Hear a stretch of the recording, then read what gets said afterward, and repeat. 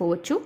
వీటిలో anti oxidants, flavonoids, అలాగే కెరాటినాయిడ్స్ ఉండడం వల్ల గుండె ఆరోగ్యానికి, అలాగే క్యాన్సర్ రాకుండా నివారించడానికి, చర్మ సౌందర్యానికి, జుట్టు దృఢత్వానికి ఈ ఖర్జూరం చాలా సహాయపడుతూ ఉంటుంది.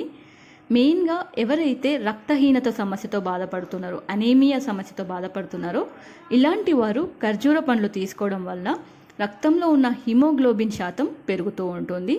అలాగే వీటిలో B6, సెరోటోనిన్, నారెపినెఫ్రిన్ ఉండడం వల్ల జ్ఞాపక శక్తిని పెంచడానికి కూడా ఈ ఖర్జూర పండ్లు చాలా సహాయపడుతూ ఉంటాయి.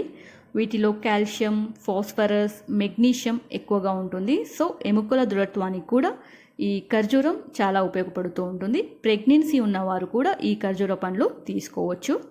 ప్రతిరోజు 2 నుంచి 4 ఖర్జూర పండ్లు తీసుకోవాలి అండి. ఏ సమయంలో అయినా తీసుకోవచ్చు, కానీ పడుగడుపున తీసుకుంటే చాలా ఉపయోగకరం. ఎవరు ఈ ఖర్జూర పండ్లు తీసుకోకూడదు.